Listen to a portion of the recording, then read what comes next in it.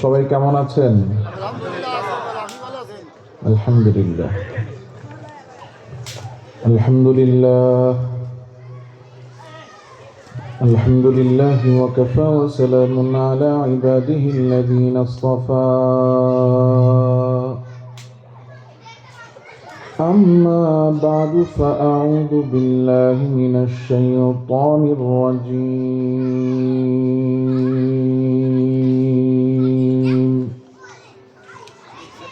بسم الله الرحمن الرحيم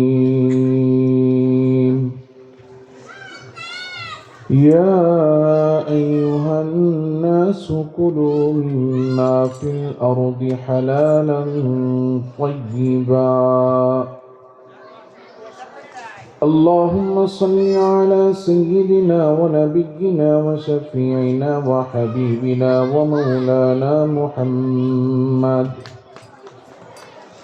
صلى الله تعالى عليه وعلى آله وأصحابه وبارك وسلم سبحانك لا علم لنا إلا ما علمتنا إنك أنت العليم الحكيم صدق الله مولانا العظيم بارك الله لنا ولكم في القرآن العظيم ونفعنا وإياكم بالآيات والذكر الحكيم সমস্ত প্রশংসা একমাত্র আল্লাহ সুবহানাহু ওয়া তাআলার জন্য,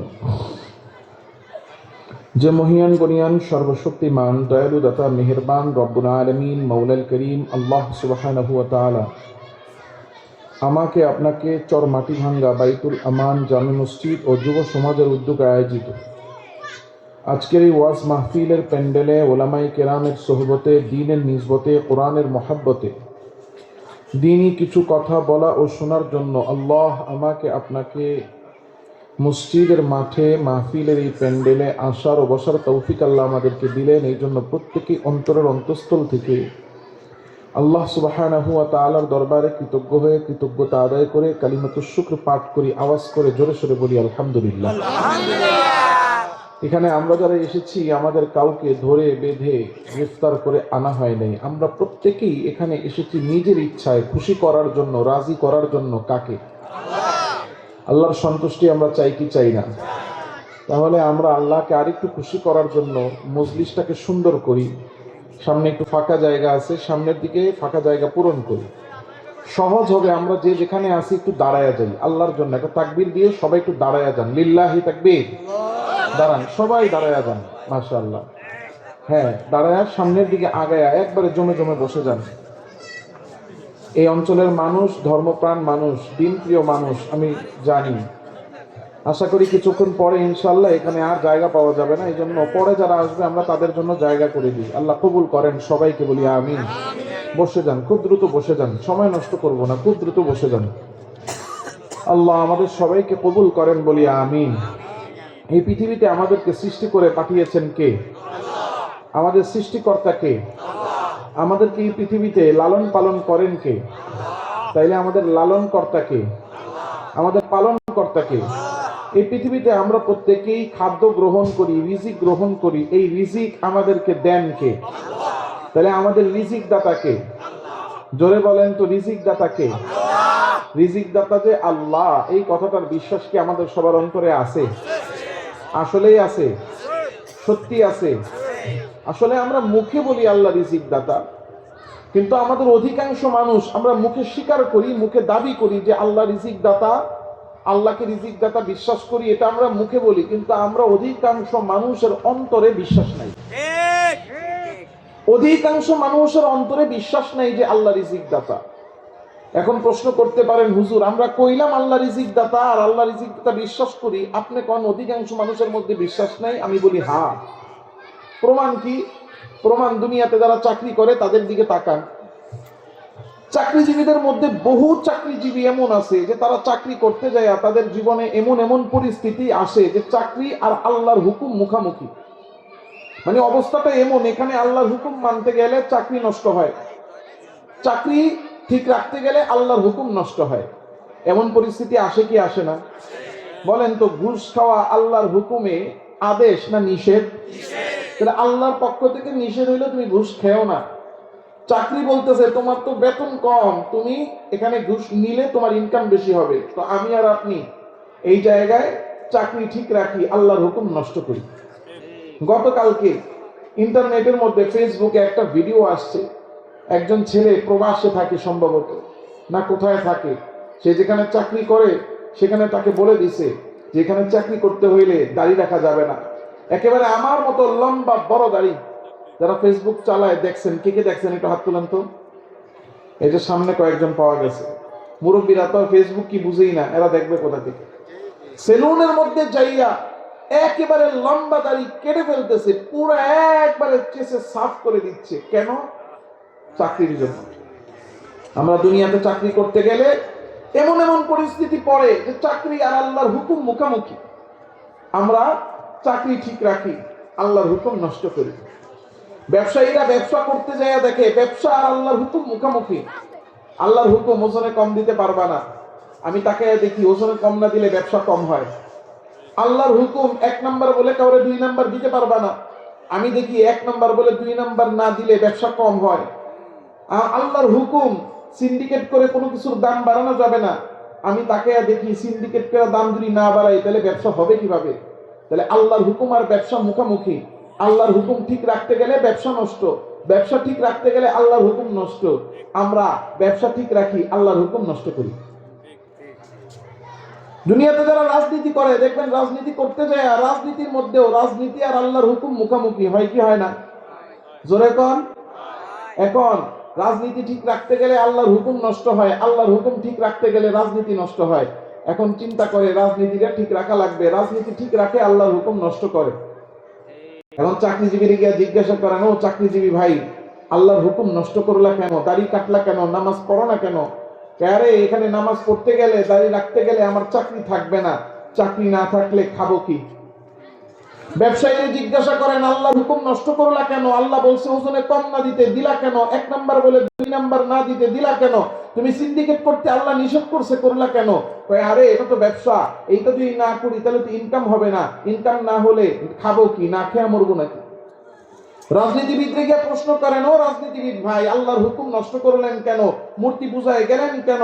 মিথ্যা কথা বললেন কেন? বলবে আরে এটাই রাজনীতি, এটা যদি না করি তাইলে তো আমার রাজনীতি থাকবে না, আর রাজনীতি না থাকলে পেটও চলবে না, পিঠের মধ্যেও কিল পড়বে। পেট আর পিঠ বাঁচানোর জন্য আমার রাজনীতি ঠিক রাখা লাগছে। মুখে বলি আল্লাহ রিজিক দাতা, আমার অন্তরে ইয়াকিন চাকরি ছাড়া আমার রিজিক আসবে না। মুখে বলি আল্লাহ রিজিক দাতা, কিন্তু আমার অন্তরের বিশ্বাস হলো যে ব্যবসা ছাড়া আমি রিজিক পাবো না। মুখে বলি আল্লাহ রিজিক দাতা, কিন্তু আমার অন্তরের ইয়াকিন আমার রাজনীতি আমাকে পেটও চালায় পিঠও বাঁচায়। বলেন তো, চাকরি কারো রিজিক দাতা? জোরে চিৎকার মেরে বলতে হবে, ব্যবসা কাউকে রিজিক দেয়? রাজনীতি কি পেট পিঠ বাঁচানোর মালিক? রিজিক দাতা কে? জোরে বলেন কে? পিছনের যারা হেরা কয় না, হ্যাঁ রিজিক দাতা কে? এতক্ষণে আওয়াজ দিছে, এতক্ষণ চুপ বয়ে দিছে, মনে করছে হুজুরে জিগায় সামনের যারা হেরা কইলে হইব। আমাদের প্রত্যেকের রিজিক দাতা কে? রিজিক দাতা জোরে বলতে হবে, আরো জোরে চিৎকার মেরে বলেন কে? ইন্নাল্লাহা হুয়ার রাজ্জাক।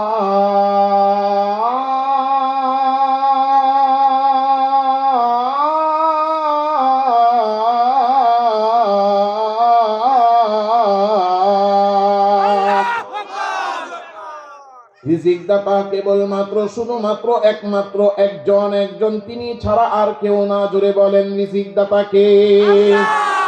রিজিক দাতা আল্লাহ। আজকে আমি আর আপনি মুখে বলি, আমার আপনার অন্তরে নাই, এই জন্য আমি আর আপনি চাকরির জন্য আল্লাহর হুকুম নষ্ট করি। রিজিক দাতা আল্লাহ, মুখে বলি আমার আপনার অন্তরে ইয়াকিন নাই, এই জন্য আমি আর আপনি ব্যবসা করতে যায় আল্লাহর হুকুম নষ্ট করি।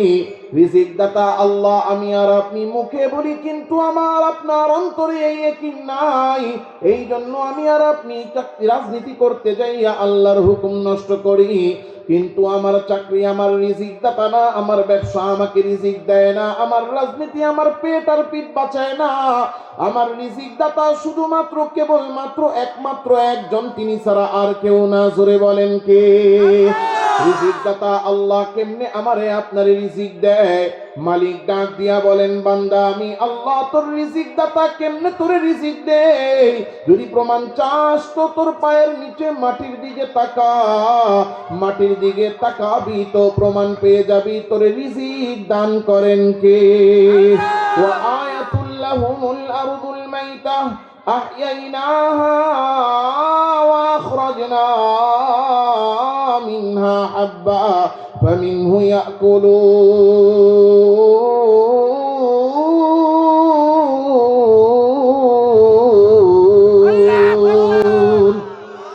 আমার মালিক বলেন, বান্দা আমি আল্লাহ রিজিক দাতা। কেমনে রিজিক দেই প্রমাণ যদি পেতে চাস, পায়ের নিচে মাটির দিকে তাকাবি তো প্রমাণ পেয়ে যাবি। আমি আল্লাহ তোদেরকে রিজিক দেই।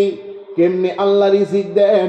পৃথিবীর মধ্যে যত প্রকার খানার, যত রকমের খাবার আমি আর আপনি খাই, সমস্ত খাবারগুলোর দিকে তাকাবেন। তাকাইলেই দেখবেন যে খাবারগুলো আমাদের কাছে আছে তিন জায়গা থেকে। পৃথিবীর যত খাদ্য আছে, সমস্ত খাদ্যের মূল উৎস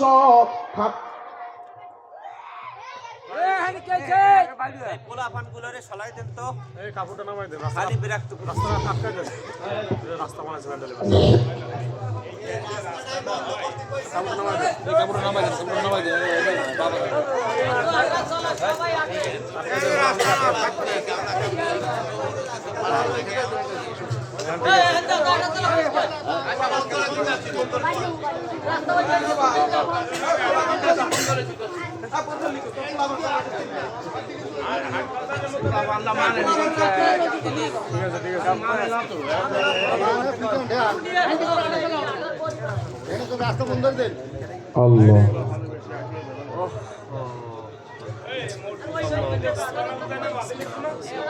আগে আমরা বড়রা ঠিক হতে হবে, মুরব্বীরা বড়রা আমরা হাঁটাহাঁটি করতে স্থির হয়ে বসতে হবে। নড়াচড়া আমরা কম করলে তখন বাচ্চারা না কম করবে, আমরাই তো বেশি করতেছি। যে আমার আগে যে হুজুর বয়ান করছেন, কত সুন্দর কোরআনের কথা বলছেন, উনি একবার না কতবার বললেন যে হাঁটা চলা বন্ধ করেন, হাঁটা চলা বন্ধ করেন। বলছেন না? কথা বলেন, বলছেন কিনা? হুজুর এতবার বলছেন, এরপরও কি আমরা হাঁটা চলা বন্ধ করছি? আমাদের মন চেতেছে, হাঁটতেছি, যাইতেছি, আসতেছি। এটা কোরআনের মাহফিল, আল্লাহ তাআলা রাব্বুল আলামিনের একেবারে আদেশ। ওয়া ইযা কুরিআল কুরআন, যখন কোরআন পড়া হয়, কোরআনের কথা বলা হয়, ফাসতামিউ লাহু, একদম স্থির হয়ে যাও, চুপ হয়ে যাও। ওয়া আনসিতু, এবং মনোযোগ দিয়া কথা শোনো। তাইলেই লাআল্লাকুম তুরহামুন, তোমাদের উপর আল্লাহর রহমত বর্ষণ হবে। এখন আমি আর আপনি এখানে স্থিরও না, চুপও না, অস্থির হয়ে রয়েছি, কথাও বলতেছি, নড়াচড়াও করতেছি, হাঁটাচলাও করতেছি। আবার যদি একটু সুর ভাল লাগে কতক্ষণ কান দেই, আবার যেই সেই। তাহলে রহমত আসবে কেমনে আমাদের কাছে? আমার আগে সভাপতি সাহেব কথা বললেন মনে হয়, উনি বললেন যে আপনাদের কাছে আমার একটাই চাওয়া, যে মাহফিলে আপনারা যা শুনবেন তা আমল করবেন। তো আমল করার জন্য তো আগে আমার কথাটা আমার কান দিয়া মাথা হয়ে আমার অন্তর পর্যন্ত যাইতে হবে। তাহলে এই কথাটা যদি আমার কান দিয়া আমার মাথা পর্যন্ত না যায়, অন্তরে যাবে কিভাবে? অন্তরে যাওয়ার জন্য আগে কথাটা ভালো করে বুঝতে হবে। আগে যিনি আলোচনা করেছেন, ওনার আলোচনার একটা জিনিস আমার ভালো লেগেছে, যেটা আমিও করি, যে পুরো বয়ানের সামারিটা বয়ানের শেষে গিয়ে বইলা দেওয়া যে আমি কি আলোচনা করছি। মাশাআল্লাহ, সাধারণত বক্তারা এই আলোচনাগুলো করে না। ওই একদিক থেকে শুরু করে 3 ঘন্টা বয়ান করে, কি বয়ান করছে সে নিজেও জানে না, শ্রোতারাও জানে না। তা আমি চেষ্টা করি, আমি বয়ান করার পরে পুরো সামারিটা বুঝাইতে। ওনাকেও দেখলাম যে উনিও পুরো বয়ান যাই করছেন, উনি সেটা শেষে এসে আপনাদেরকে বুঝাইয়া দিচ্ছেন যে পুরো বয়ান আমি যাই করছি। আগে পরে বুঝে নেন না বুঝেন, কিন্তু এখন বুঝে নেন। ক্যাচ করতে না পারলে ক্যাচ করে নেন যে বয়ান এটা করছে। এই জন্য আগে মন দিয়া শুনতে হবে, শোনার পরে এরপরে এটাকে স্মরণে রাখতে হবে, এরপরে আমলের নিয়ত করতে হবে, তাইলে আমল সম্ভব, নাইলে আমল সম্ভব না। এই জন্য খুব মন দিয়ে কথা শুনেন। আমাদের রিজিক দাতা কে? আল্লাহ যে রিজিক দাতা, আল্লাহ আমাদেরকে কেমনে রিজিক দেয়? পৃথিবীতে যত রকম খাবার আমরা খাই, সব খাবারগুলো আমাদের কাছে আসে তিন মাধ্যমে। বলেন কয় মাধ্যমে? এক নাম্বার হলো মাটি, এক নাম্বার মাটি, দুই নাম্বার পানি, দুই নাম্বার পানি, তিন নাম্বার হলো প্রাণী, তিন নাম্বার প্রাণী। এক নাম্বার মাটি, দুই নাম্বার পানি, তিন নাম্বার প্রাণী।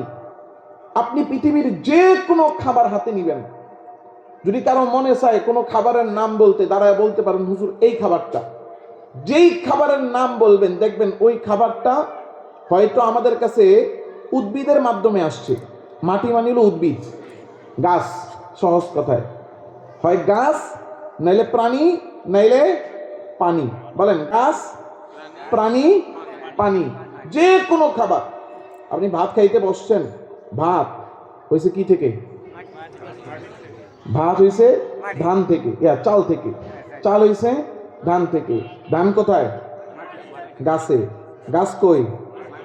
পৃথিবীর যত ফল আর ফসল সবকিছু গাছ থেকে। গাছ কোথায়? মাটিতে। তাহলে পৃথিবীতে আমরা যত খাবার খাই, এই খাবারগুলো আমাদের কাছে আসে তিনটা উৎস থেকে। এক নাম্বার হলো উদ্ভিদ, গাছ। দুই নাম্বার প্রাণী থেকে। যত খাবার আমরা খাচ্ছি, দুধ খাচ্ছি, ডিম খাচ্ছি, গোশত খাচ্ছি, সব কিছু কি থেকে? প্রাণী থেকে।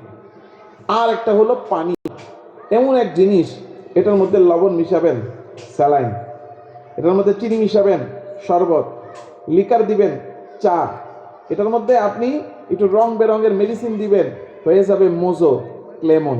কথা কন ঠিক না? পৃথিবীতে যত খাবার আমি আর আপনি খাই, সব খাবারগুলোর প্রাথমিক মূল উৎস তিনটা: উদ্ভিদ, প্রাণী এবং পানি।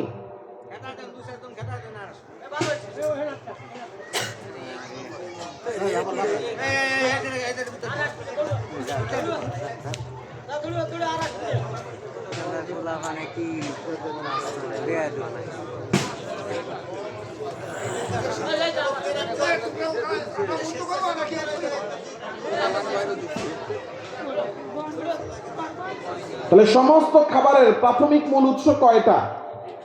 বলেন কয়টা? গাছ, প্রাণী, পানি। বলেন গাছ, প্রাণী, গাছ, প্রাণী।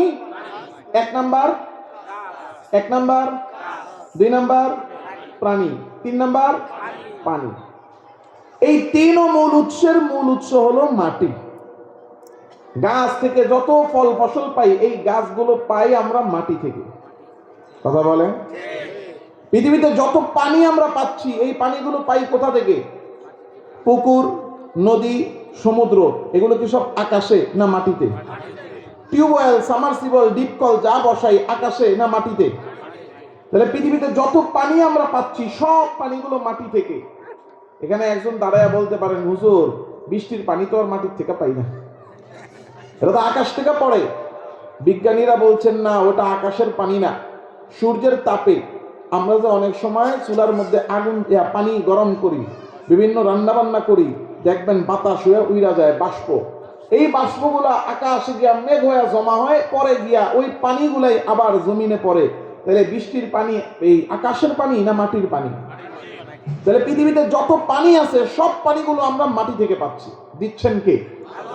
তাহলে মাটি, আচ্ছা, এক নম্বর হলো উদ্ভিদ, দ্বিতীয় হলো পানি, তিন নাম্বার হলো প্রাণী। মুরগি যে আমাদেরকে ডিম দেয়, কিছু খাইয়া দেয় না না খাইয়া দেয়? গাই যে দুধ দেয়, খাইয়া দেয় না না খাইয়া দেয়? প্রাণীর শরীরে যে গোশত হয়, কিছু খেয়ে হয় না না খেয়ে হয়?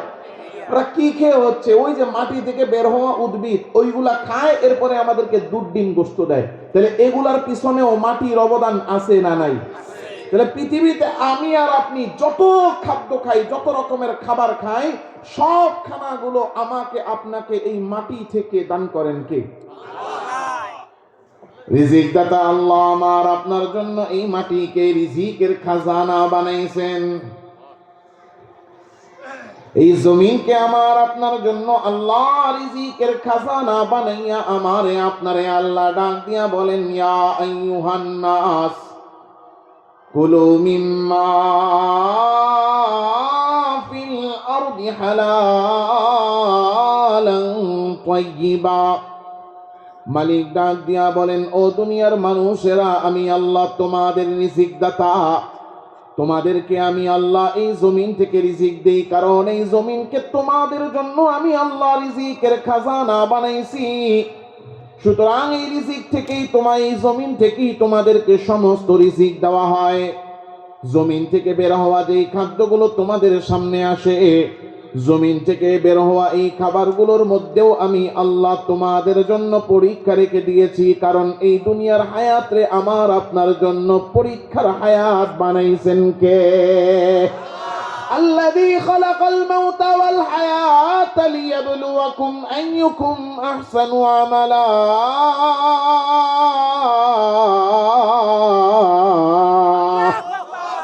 আমার আল্লাহ ডাক দিয়ে বলেন, তোমাদেরকে হায়াত আর মৌত দিয়ে দুনিয়াতে পাঠাইছি, কারণ তোমাদের দুনিয়ার জীবনটা পুরো পরীক্ষা। সুতরাং দুনিয়ার জীবনের প্রত্যেকটা সেকেন্ডে সেকেন্ডে, প্রত্যেকটা কাজে কর্মে পরীক্ষা আমার আপনার জন্য আছে না নাই? আপনাদের কার কার নড়াচড়া দরকার? নাতি পুতি লইয়া যার যার লড়াচড়া দরকার এবার লইরা লন, এরপরে উঠলে আমি ধরবো। আপনারা লোক সুবিধার না। আর যদি নাতি পুটিলে লড়ছেন আমি ধরমু। কিল্লেগা লড়লেন এখন? বাবা আপনি কই যাবেন? কই যাবেন? ওদিকে কেন যাবেন? এটা কি রাস্তা? আজকে মাহফিল হচ্ছে না এখানে? বারবার বলা হচ্ছে, শুনেন না?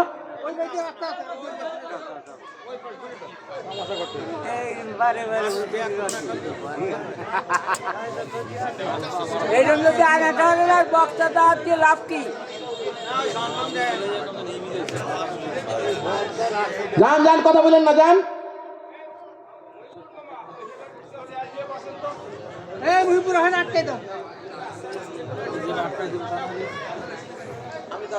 হ্যাঁ, তাও যাওয়া লাগবো না। এবার যে লড়বে তারই ধরবো। বয়ান পরে এবার যে নড়বেন চড়বেন, যদি কারো দরকার হয় এখনই উঠেন। আসতে পারবেন না, যাইতে পারবেন না।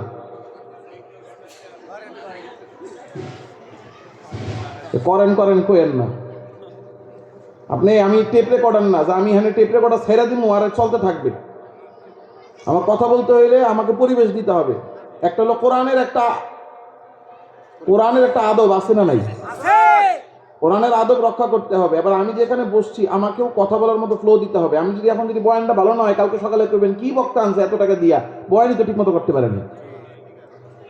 এখন আমি এখানে একটা আয়াত মনে কইরা আমি বলবো, এদিকে মনে করেন যে নড়াচড়া, আমার মনোযোগ থাকবে। তাকে পরিবেশটা করে দিতে হবে। কেউ মনে কষ্ট নিয়েন না, হুজুরে মনে বদমেজাজি আপনাদের এখানে কম। আমাদের মসজিদে এখানে আপনারা যে কজন লোক আছেন, আমি অহংকার করে বলছি না, আমার মসজিদটা 6500 স্কোয়ার ফিটের মসজিদ। যারা ঢাকা শনি আকরা যারা চিনেন আপনি, হ্যাঁ, ছাপড়া মসজিদ যারা চিনে, 6500 স্কোয়ার ফিটের একটা মসজিদ। ওই যে আরেকজন আছে আপনার মনে আমার মুসল্লি নাকি আসেনি? শুনলাম 2-1 আছে মুসল্লি।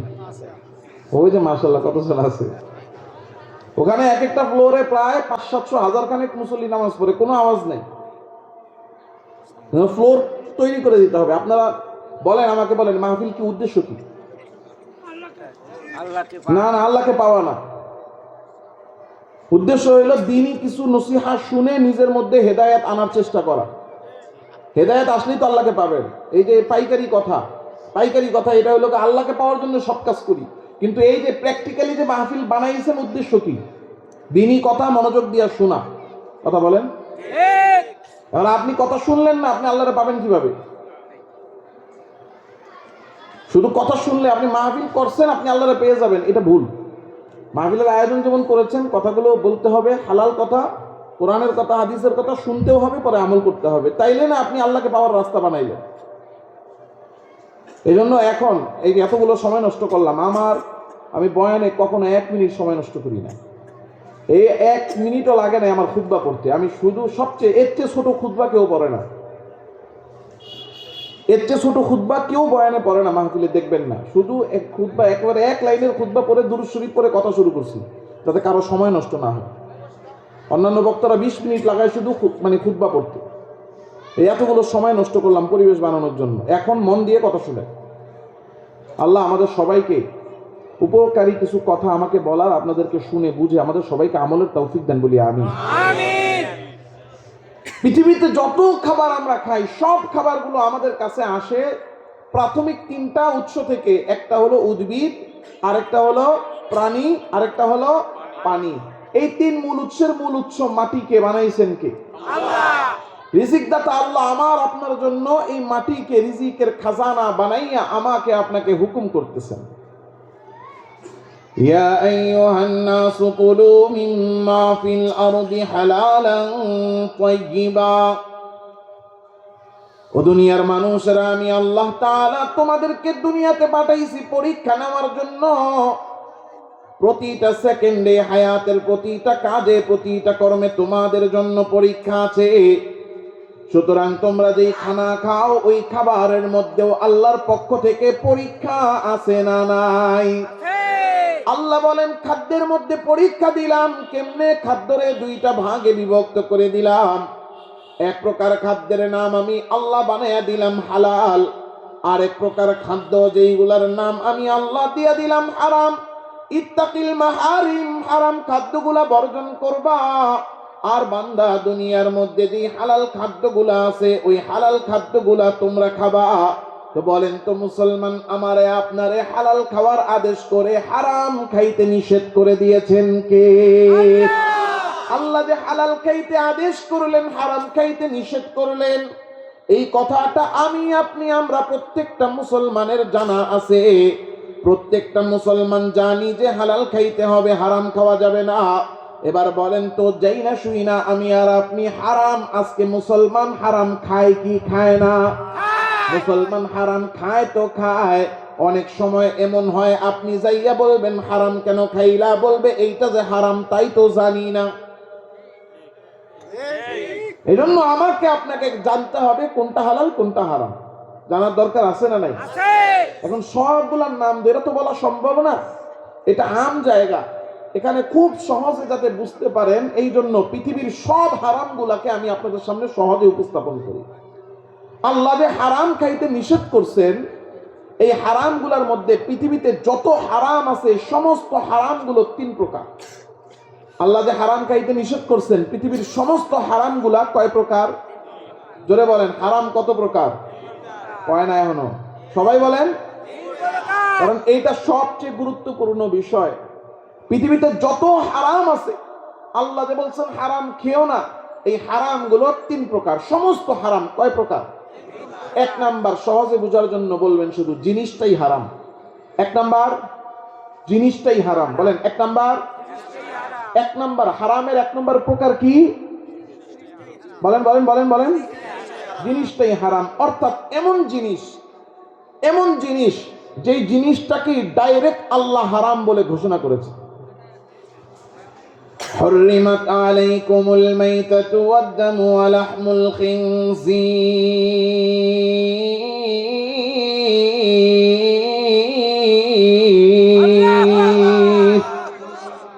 আমার আল্লাহ তাআলা রব্বুল আলামিন ডাক দিয়া বলেন তোমাদের জন্য হারাম করা হয়েছে মৃত পশু।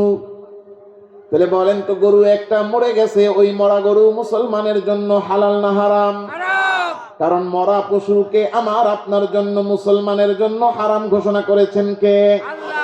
আল্লাহ বলেন তোমাদের জন্য হারাম করা হয়েছে রক্ত। আল্লাহ বলেন তোমাদের জন্য হারাম করা হয়েছে শূকরের গোশত। তাহলে শূকরের গোশত আমার আপনার জন্য হারাম ঘোষণা করেছেন কে? তাহলে আমার আপনার জন্য আল্লাহ শূকরের গোশতরে হারাম করছেন।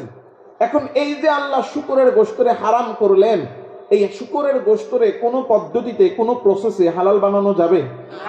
ধরেন আমরা পৃথিবীর সব মুসলমান একমত কি যে আমরা তো জীবনেও এই শূকরের গোশতটা কেমন খেয়ার স্বাদ দেখলাম না।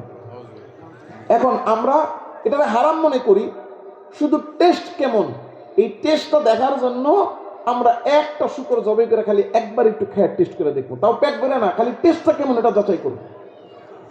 এখন আপনাদের এই পুরো মাটিভাঙ্গা ইউনিয়নের মধ্যে ভাগে পড়ছে একটা শূকর।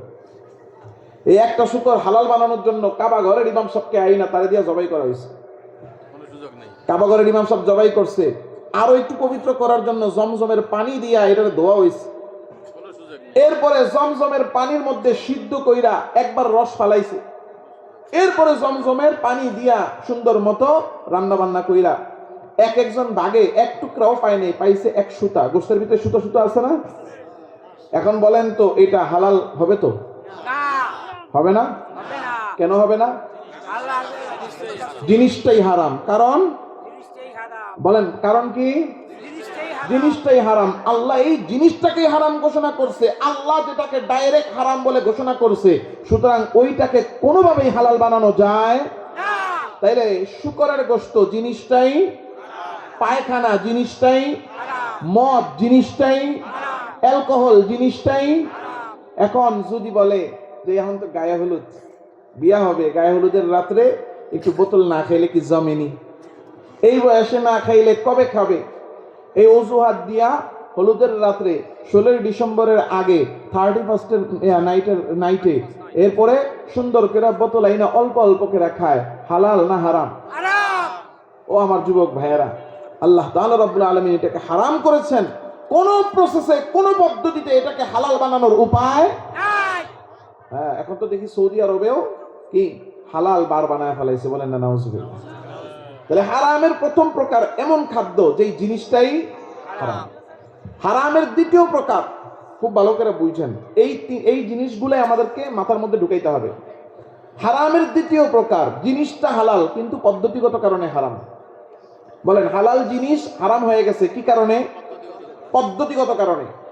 1 নাম্বার হারামের প্রথম প্রকার জিনিসটাই হারাম, 2 নাম্বার প্রকার হলো পদ্ধতির কারণে হারাম। তাহলে দ্বিতীয় প্রকারের হারাম কি? কয় না আপনার কষ্ট হয়? কষ্ট হইলেও বলতে হবে, এটা ক্লাস দিন শিখতে আসছি আমরা এখানে, কষ্ট হইলেও বলতে হবে। বলেন হারামের দ্বিতীয় প্রকার কি? পদ্ধতির কারণে। গরু খাওয়া মুসলমানের জন্য হালাল না হারাম? ছাগল খাওয়া মুসলমানের জন্য হালাল না হারাম? ধরে নেন আপনার বাড়ির পাশে এক হিন্দু ভাই আছে, এখন এই হিন্দু ভাইরে আপনি বিপদে আপদে প্রতিবেশী তো সাহায্য করেন। বন্যা হইছে, এই যে গত বছর সম্ভবত 24 সালে এই যে বন্যা হইল নোয়াখালীতে, ফেনীতে, ওই সময় আমরা গিয়ে দেখছি যে একজন হিন্দু তার ঘর উজাড় হয়ে গেছে, তারা থাকার জায়গা নেই, মুসলমানের ঘরে তার জন্য রুম ছেড়ে দিছে। এরকম আন্তরিকতা প্রতিবেশীর প্রতি আমাদের দেশে মিল মিশ ভালোবাসা আছে না নাই? আপনার বাড়ির পাশে এক হিন্দু থাকে, বিপদে আপদে আপনি তারা সাহায্য সহযোগিতা করেন, তার অভাবে পড়লে তারা একটু হেল্প করেন। এখন ওই বাড়িতে বিয়ে শাদী কিংবা ধরেন একটা পূজার অনুষ্ঠান, এখন তারা গিয়া তো আর গরু খায় না, গরু তো আর জবাই দেয় না, এরা খায় হলো খাসি। তাই এখন পূজার মধ্যে সুন্দর করে তারা খাসি জবাই করছে। আমরা করি কোরবানি, তারা করে কি? বলি কি করে? একটা ছাগল বলি টলি দিয়া ঘরের মধ্যে সুন্দর করে ছাগলের গোস্ত দিয়া কাচ্চি বিরিয়ানি রান্না করছে। কাচ্চি বিরিয়ানি তো গ্রাম দেশে একটু কম হয় মনে হয়, ধরেন বিরিয়ানি রাঁধছে অথবা এই গোস্তটারই ভুনা করছে, গ্রাম চতুর্দিকে ছড়ায়া পড়ছে। চিন্তা করলো এই গোস্ত একা একা কেমনে খাই, ভাইয়ের বাড়ির সামনে দিয়া হাইটা নিয়ে আসলাম, ছাগলটা জবাই করলাম, বাবুর্চি দিয়া রান্দাইলাম। উনি তো দেখলো, ডেকের বাইরা বাইরি শুনলো, গ্রানও পাইলো, ওনারা না দিয়া এই হুজুরকে মনে হয়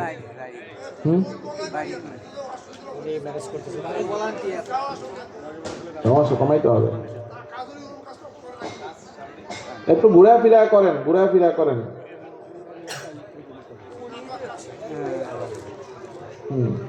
একটু ঘুরাফেরা করেন কাজ।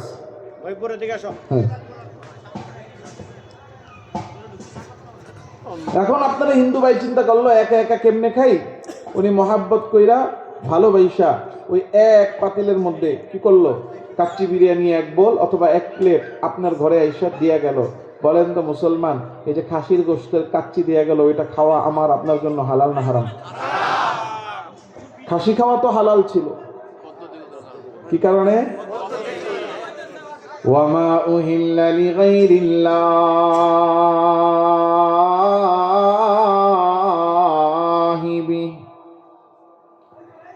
আমার আল্লাহ তাআলা রব্বুল আলামিন ডাক দিয়া বলেন, আল্লাহ ছাড়া অন্য কারো নামে যে পশু জবাই করা হয়, আল্লাহ ছাড়া অন্য কারো নামে যেই পশু জবাই করা হবে, ওই পশু খাওয়া মুসলমানের জন্য হারাম হয়ে যাবে। খাসি খাওয়ার জিনিসটা আমার আপনার জন্য যদিও হালাল ছিল, হালাল খাসি আর হালাল নাই, আমার আপনার জন্য হারাম হয়ে গেছে। কারণ এই খাসিটারে আল্লাহ তাআলা রব্বুল আলামিনের নামে জবাই না করে অন্য কারো নামে জবাই করা হয়েছে। এই জন্য ওই হালাল জিনিস আর হালাল নাই, হারাম হয়ে গেছে। এবার আমারে বলেন তো আমার বাবা জানেরা, আমার ভাইয়েরা, খুব দিলটারে চিন্তা করে, খুব মনটারে লাগাইয়া প্রশ্নের উত্তর দিবেন। আল্লাহরে বাদ দিয়া মূর্তির নামে বলি দেওয়ার কারণে, জবাই করার নামে কারণে যদি আমার আপনার জন্য ওই ছাগলের গোশত খাওয়া হারাম হয়, তাইলে কেউ যদি বাবার নামে, পীরের নামে, মাজারের নামে, দরবারের নামে কোনো পশু যদি উৎসর্গ করে আর জবাই করে, বলেন তো মুসলমান, ওই পশু খাওয়া আমার আপনার জন্য হালাল না হারাম? কারণ কি? কারণ একটাই, জবাইয়ের পদ্ধতিগত সমস্যা, সঠিক পদ্ধতিতে জবাই হয় নাই। ঠিক তেমন ভাবে এটা শুধু জবাইয়ের ব্যাপার না, একটা খাবার তৈরি করা হয়েছে, উদ্দেশ্য হলো এটা তবারক হবে। কার নামের তবারক? মূর্তির নামে উৎসর্গ করা হয়। দেখবেন পূজার মধ্যে লাড্ডু নিয়ে যায়, ওই লাড্ডু ওই মূর্তির নামে উৎসর্গ করা হয়।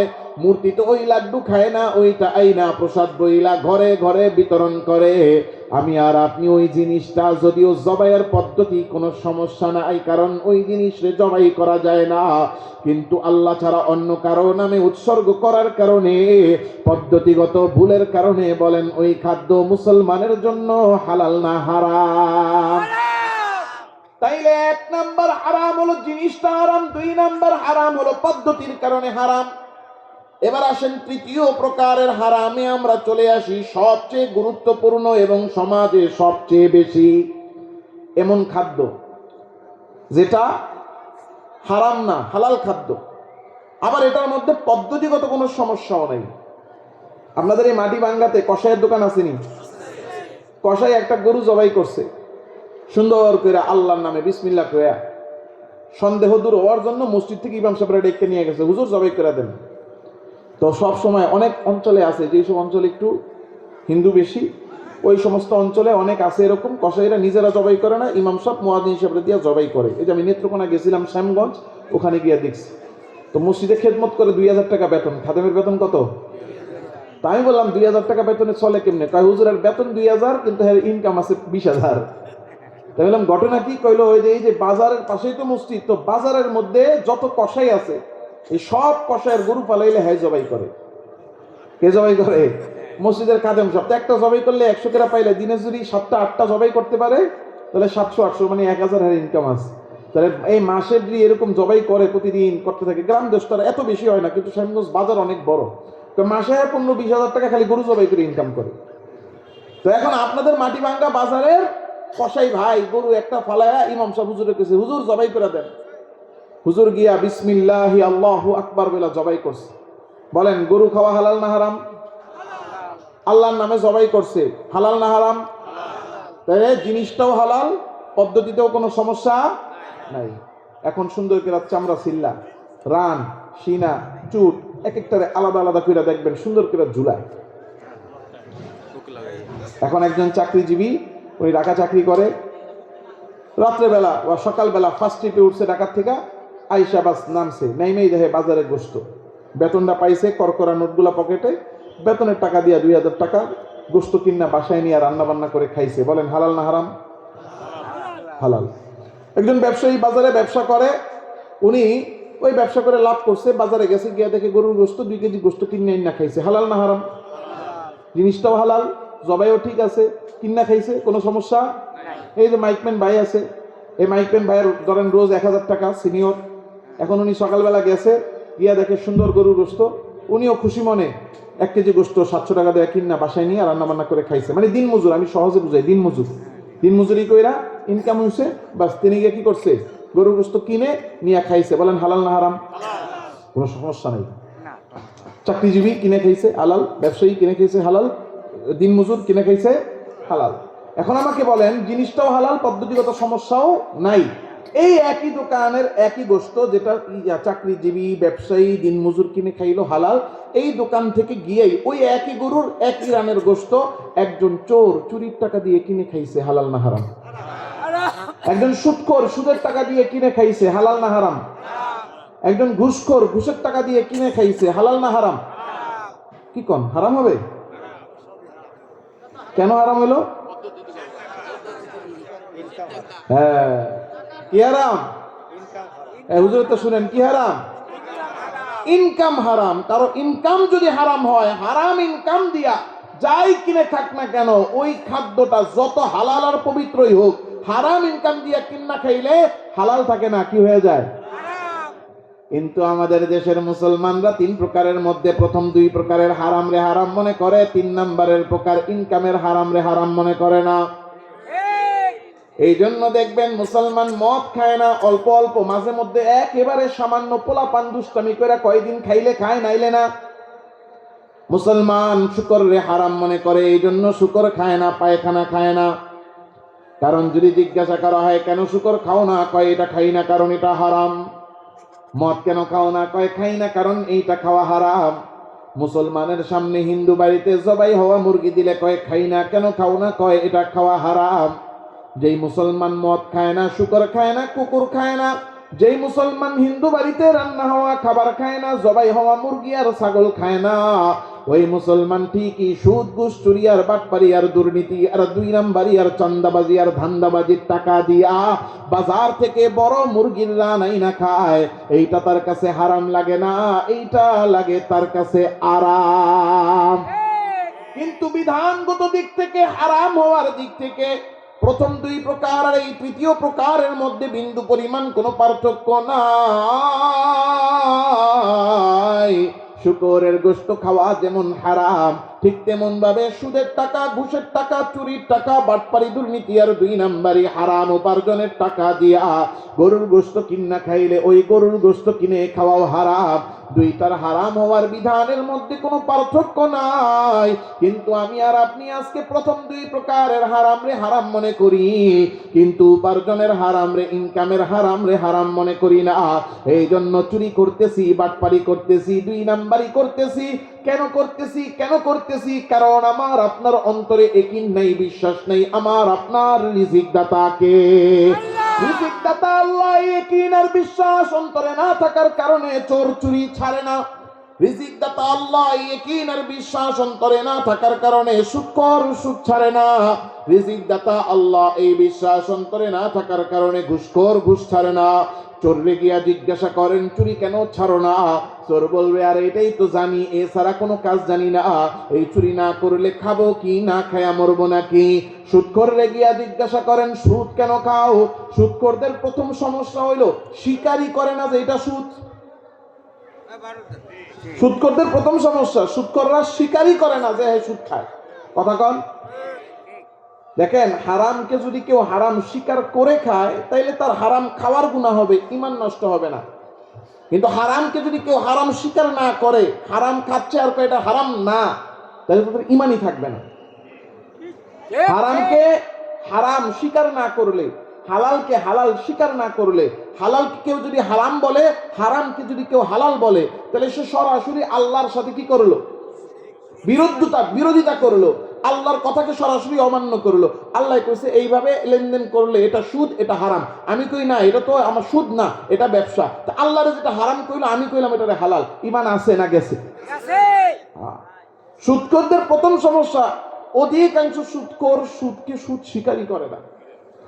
আর এনায়েতুল্লাহ আব্বাসী সাহেব কয়েকদিন আগে এক বয়ানের মধ্যে দেখলাম কইতেছে আমগো দেশের বক্তারা এখন সুদের ওয়াজ বন্ধ করে দিচ্ছে।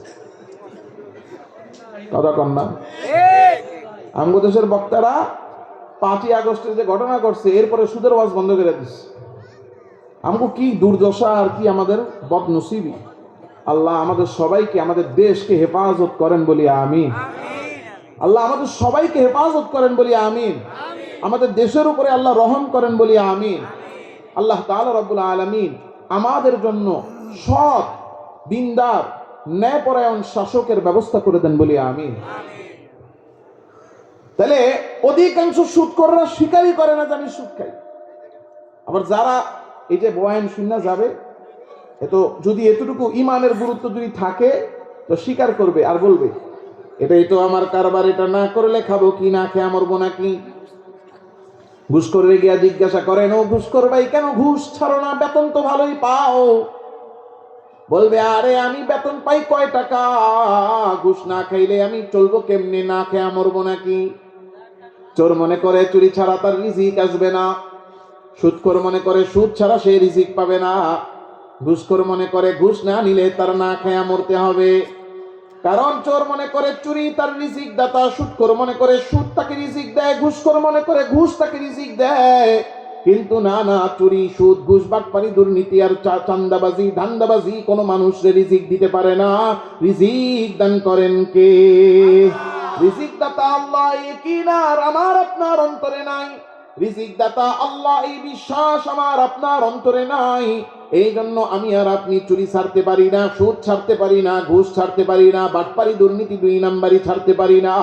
রিজিক দাতা আল্লাহ, এই ইয়াকিন যদি আমার অন্তরে আমি বসাইতে পারতাম, আমার চুরি করা লাগতো না, সুদ নেওয়া লাগতো না, ঘুষ নেওয়া লাগতো না। কারণ আমার আল্লাহ তাআলা প্রত্যেকটা বান্দার জন্য রিজিক নির্ধারণ করে রেখেছেন। চুরি ছাড়া, বাটপারি ছাড়া, সুদ ছাড়া, ঘুষ ছাড়া, দুর্নীতি আর দুই নাম্বারি ছাড়া আল্লাহ বান্দাকে রিজিক দিতে পারেন কি পারেন না? অভাব শুধু আমার আপনার অন্তরের বিশ্বাস আর ইয়াকিনের।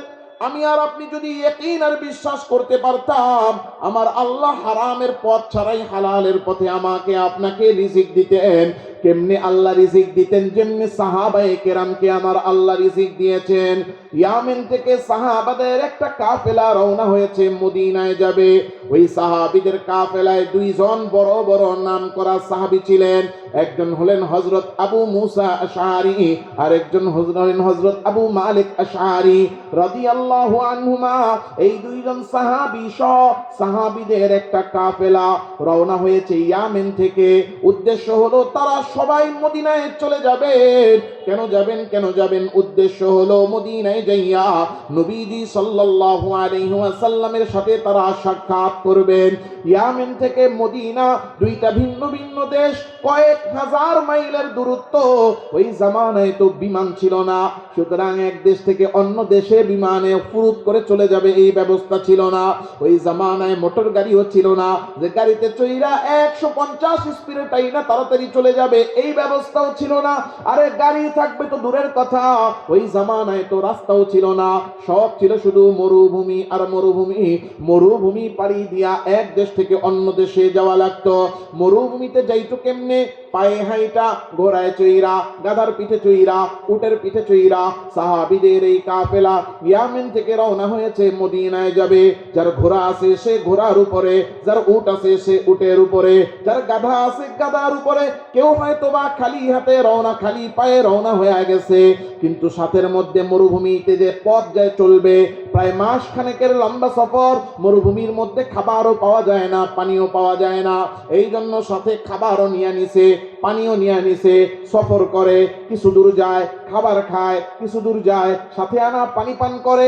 এইভাবে চলতে চলতে চলতে চলতে পুরো রাস্তা অতিক্রম কইরা একেবারে মদিনার গেটের সামনে যাইয়া হাজির। গেটের সামনে যাইয়া যখন মদিনার ভিতরে ঢুকতে যাবে, কাফেলার আমির সাহেব ডাক দিয়া বলে, ও কাফেলার সাথীরা, ভিতরে ঢুইকো না, মদিনায় এখন ঢুইকো না। বলে কেন ঢুকবো না?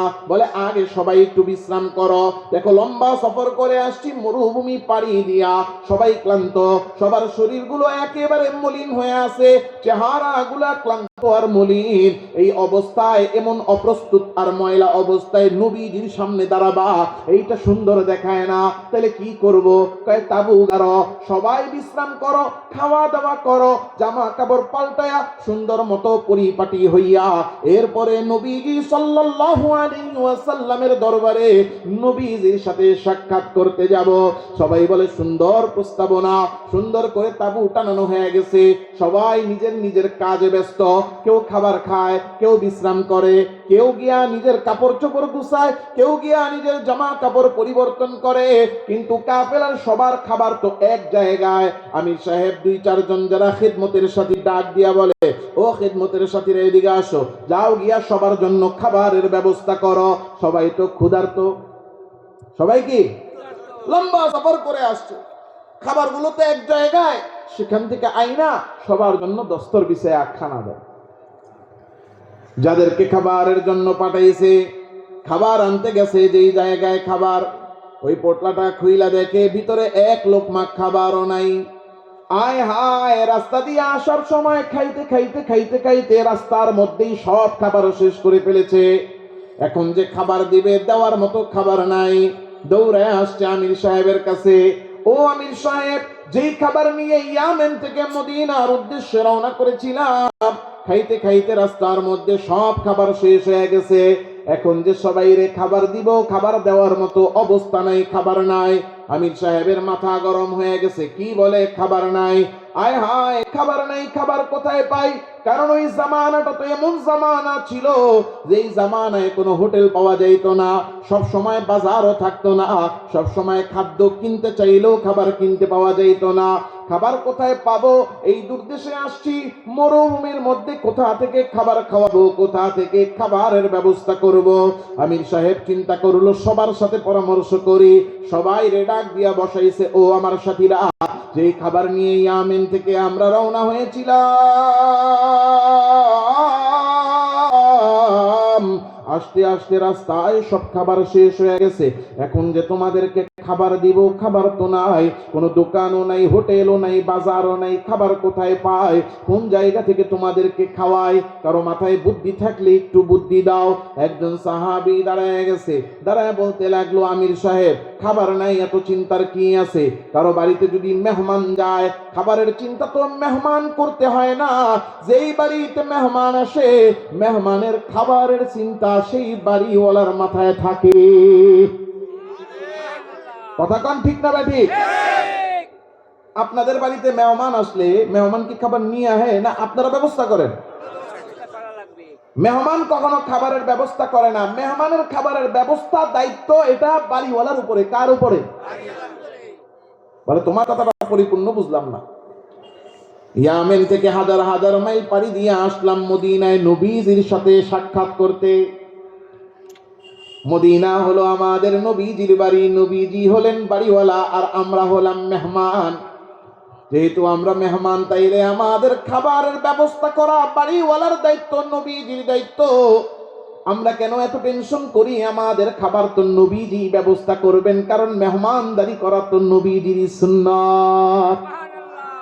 বলে, আরে নবীজি তো জানেনি না আমরা আসছি, এত টেনশনের কি আছে? দুইজন রে পাঠাইয়া দেন, ওরা দুইজন গিয়া নবীরে গিয়া খবর দিবে, নবীজিরে গিয়া জানাবে, তাইলেই তো নবীজি আমাদের জন্য খাবারের ব্যবস্থা করবে।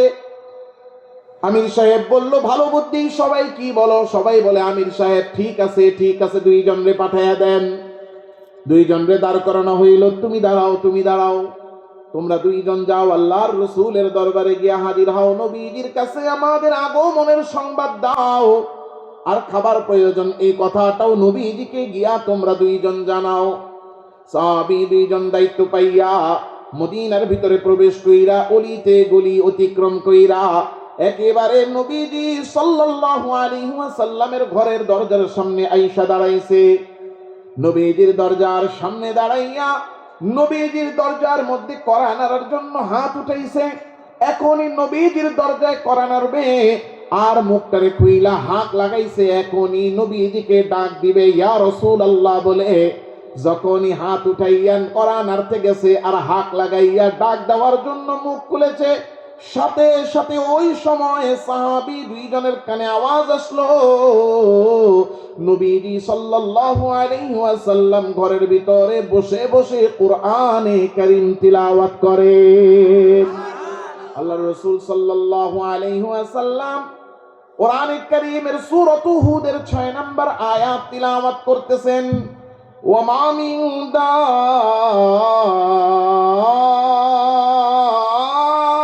দাব্বাতিন ফিল আরদি ইল্লা আলাল্লাহি রিজকুহা।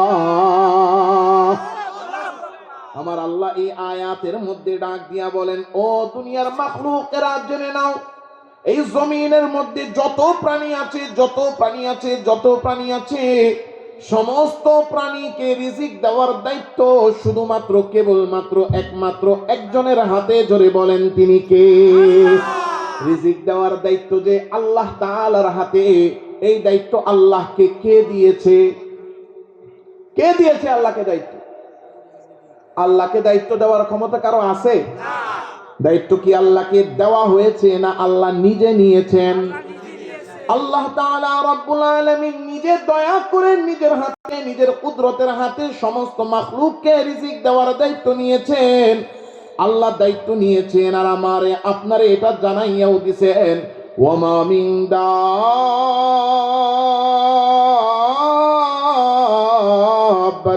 ফিল আরদি ইল্লা আলাল্লাহি রিজকুহা।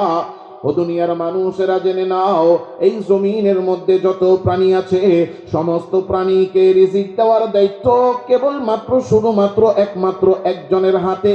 জোরে ডাক দিয়া বলেন তিনি কে? সাহাবী দুইজন যখন এই আয়াতটা তাদের কানের মধ্যে ঢুকলো, সাথে সাথে তারা দুইজন স্থির হয়ে গেল। যে হাত উঠাইছিলেন করা নাড়ার জন্য, করা না নাইরা হাতটা স্থির হইয়া হাতটারে পুনরায় ফেরত আনলেন। হাত লাগাইছিলেন ডাক দেওয়ার জন্য, ডাক না দিয়া মুখটারে বন্ধ কইরা একজন আরেকজনের দিকে চোখে চোখে আই কন্টাক্ট কথা বলা শুরু করলেন। একজন আরেকজনের দিকে ইশারা দিয়া বলতে লাগলেন, আরে আমরা তো আসছি নবীজির কাছে খাবার চাওয়ার জন্য, কিন্তু খাবার দেওয়ার দায়িত্ব তো আমার নবীর না, কারণ আমাদেরকে রিজিক দেওয়ার দায়িত্ব নিজের হাতে নিজে নিয়েছেন কে? রিজিক দেওয়ার দায়িত্ব আল্লাহ তাআলার হাতে, দায়িত্ব আল্লাহ নিজে নিয়েছেন। তাইলে আমরা কেন নবীজির কাছে চাইবো? আমরা তো সরাসরি চাইতে পারি কার কাছে? সাহাবী দুইজনের ইয়াকিন আর ঈমান কেমন ছিল, নবীজির দরজার সামনে দাঁড়াইয়াও চিন্তা করেন, আল্লাহ রিজিক দাতা, নবীর কাছে চাইবো কেন, আল্লাহর কাছে চাইবো। এই চিন্তা করে দুজন সিদ্ধান্ত নিয়ে নিলেন, না না, নবীর কাছে খাবার চাইবো না, আমরা আল্লাহ তাআলা রব্বুল আলামিনের কাছে খাবার চাইবো। দুজন সাহাবী আল্লাহর রাসূল সাল্লাল্লাহু আলাইহি ওয়াসাল্লামের দরবারে আর করাও নাড়লেন না, নবীদেরও আর ডাকও দিলেন না, চুপচাপ দুইজন আল্লাহর রাসূলের দরজা থেকে ফেরত আইসা পড়লেন। আস্তে আস্তে এই কাফেলার কাছে আইসা দুইজন দুই কোণায় চুপচাপ বসে রইলেন, কাউরে কিছু বলেনও না, চুপচাপ বৈশা বৈশা শুধু একজনরে ডাকেন, জোরে বলেন তিনি কে? আল্লাহকে ডাক দিয়া বলেন, আল্লাহ,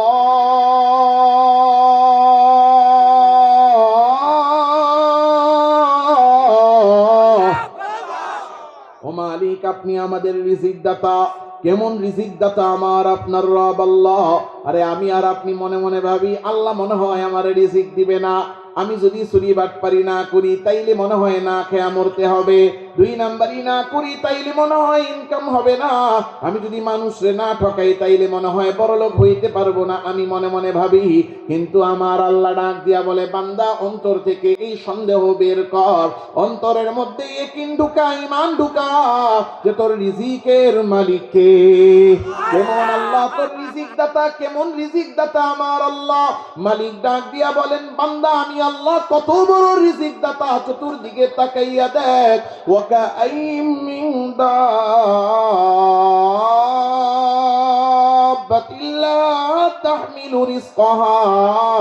আমার আল্লাহ ডাক দিয়া বলেন, বান্দা, তাকে দেখ জমিনের দিকে আর আকাশের দিকে, লক্ষ কোটি কোটি প্রাণী আছে, এরা চাকরিও করে না, ব্যবসাও করে না, ক্ষেত খামারও করে না, ফসলও করে না, এরপরও না খাইয়া থাকে না।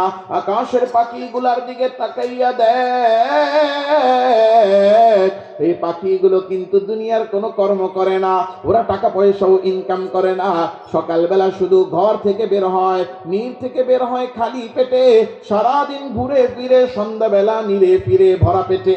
আল্লাহ বলেন, তাকে দেখ, ওই বনের যেই পশু পাখিগুলা আছে, এক একটা সিংহ, একটা প্রতিবেদনের মধ্যে পড়েছিলাম, একটা সিংহ দৈনিক 40 কেজি গোস্ত খায়, আরেক জায়গায় পড়ছিলাম 60 কেজি গোস্ত দৈনিক খায়। অথচ এই সিংহগুলা কোনো হরিণ বাজার থেকে কিনে না, হরিণের কোনো খামারও তাদের কাছে নাই, তারা ফ্রিজের মধ্যে গোস্ত সংরক্ষণও করে না।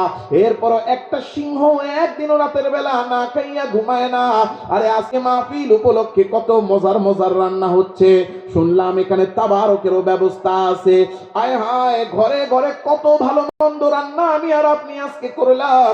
পাশেই মেলা, মেলার মধ্যে হরেক রকমের খাবার বিক্রি হয়, কতজন কিনে খায়। কিন্তু এই এলাকার বেওয়ারিশ কুকুরগুলা আজকে রাতে কি খাবে এই চিন্তা আমি আপনি কেউ করি নাই। এই এলাকার বেওয়ারিশ বিড়ালগুলা আজকে রাত্রে কি খাবে এই ফিকিরও আমাদের কারো নাই। কিন্তু এরপরও একটা বিড়াল কুকুর একটা প্রাণীও আজকে রাতের বেলা না খাইয়া ঘুমাবে না। প্রত্যেকটা প্রাণী আসমান আর জমিনে যত প্রাণী আছে প্রত্যেকটা প্রাণী আজকে রাতের বেলা ঘুমানোর আগে ভরপেট খাবার খাবে, এরপরে তারা রাতের বেলা ঘুমাইতে যাবে। বলেন তো, চাকরি ছাড়া, ব্যবসা ছাড়া, ফ্রিজে খাবার সংরক্ষণ ছাড়া, কেনা বেচা ছাড়া, বাজার করা ছাড়া, সিন্ডিকেট করা ছাড়া, ইনকাম করা ছাড়া প্রত্যেকটা প্রাণীকে প্রতিদিন রাতের বেলা ভরপেট খাবার খাওয়ায় কে? আল্লাহু ইয়ারযুকুহা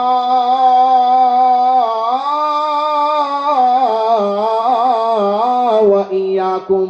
আমার আল্লাহ বলে, বান্দা, এই আকাশের উড়ন্ত পাখি, বনের ভিতরে থাকা হিংস্র পশু, আর ওই পানির নিচে থাকা মাছগুলা, এমনকি গর্তের নিচে থাকা পিপিলিকার পোকা মাকড় সহ যত প্রাণী আছে সব প্রাণীকে আমি আল্লাহ রিজিক দেই। তোমরা মানুষ, তোমাদেরকেও রিজিক দেওয়ার দায়িত্ব আমি আল্লাহ। তোমরা শুধু অন্তরের মধ্যে ইয়াকিন আর বিশ্বাস বানাও, যেমন বিশ্বাস সাহাবায়ে কেরাম বানাইছেন। সাহাবী দুইজন তো আল্লাহর উপরে ইয়াকিন কইরা দুইজন দুই কোণায় বসে আল্লাহকে ডাকা শুরু করছে। হঠাৎ করে একজন চিৎকার মেরে বলে, তাকাইয়া দেখো মদিনার ভিতর থেকে কে যেন আসতেছে। সবাই তাকাইয়া দেখে দুইজন ব্যক্তি মদিনার ভিতর থেকে অলি গলি পেরিয়ে হেঁটে হেঁটে আসতেছে। যখন তারা সামনে আসলো, দেখা গেল একজনের হাতে একটা পাত্র, ওই পাত্রের মধ্যে রুটি বানানো থরে থরে সাজানো, আর একজনের হাতে একটা পাত্র, ওই পাত্রটা গোশত ভুনা দিয়া ভরপুর। আয়েশা বলতেছে, আপনারা কি ইয়ামেনি কাফেলা? বলে, জি, আমরা ইয়ামেন থেকে এসেছি। এই নেন আপনাদের খাবার। তারা তো মনে করছে আল্লাহ রসুল খাবার পাঠাইছেন, খুশি হয়ে গেছে। খাবার নিয়ে দস্তর বিছিয়ে খাবার খায়। এত মজার খাবার জীবনেও খায় না, এত সুস্বাদু খাবার। আল্লাহ রসুলের দরবারের খাবার, এটা তো মজা হবেই, কথা কন না? দুইটা রুটি খাওয়ার লোক, সে তিনটা খায়, যে তিনটা খাওয়াই না হে খায় চারটা। মনটা বইরা, শুধু পেট না, পেট ভরা এক জিনিস, মন ভরা আরেক জিনিস, কথা কন না? মনটা ভরে সবাই তৃপ্তি সহকারে খাবার খেয়েছে। খাওয়ার পরে দেখলো কিছু খাবার বেঁচে আছে। ধরেন 100টা রুটি আইছে, খাওয়ার পরে 60টা হইছে, আর বাইকটা আছে কয়টা? এখন সবাই মিলে চিন্তায় পড়ে গেছে, বেঁচে যাওয়া খাবার কি করব? আমি আর আপনি হইলে বলতাম রাতের জন্য রেখে দাও, রাত্রে বেলা খাবো, কথা কন না? কারণ আমাদের অভ্যাস ছিল খালি কামাও আর জমাও, কামাও আর জমাও, আরো জমাও, আরো জমাও, আরো কামাও, হালাল না হারাম দেখার সময় নাই। এই জন্য 1000 কোটি টাকার মালিক হয়ে যায়, এরপরও চুরি ছাড়ে না, দুর্নীতি 2 নাম্বারি বাটপারি ছাড়ে না, কথা কন না?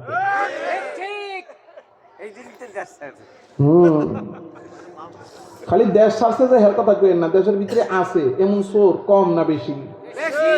হ্যাঁ, আল্লাহ খালি ওই একজনের দিকে তাকায় আল্লাহর গজব ঠেকাইতে পারবো না একজনের উপর দোষ দিয়া।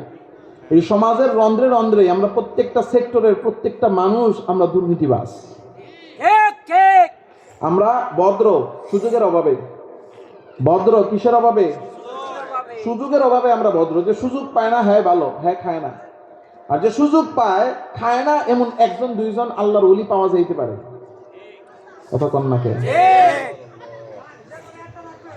আল্লাহ তাআলা রব্বুল আলামিনের উপর আমাদের ইয়াকিন নাই। এজন্য খালি তো জমা জমা কামা, এমন কামান কামায়, কত কামাইছে এটাও কইতে পারে না। আজকে দেখলাম যে বিগত 15 বছরে 27 লক্ষ কোটি টাকা পাচার হয়েছে, দুর্নীতি হয়েছে 27 লক্ষ কোটি টাকা। আজকে দেখলাম মামুনুল হক সাহেব কোথায় যেন বক্তব্য দিছে, এটা পত্রিকার মধ্যে কোট করে ছাড়ছে। 27 লক্ষ কোটি টাকা, কয়টা শূন্য এই জায়গার অধিকাংশ মানুষ আমরা বলতেই পারবো না।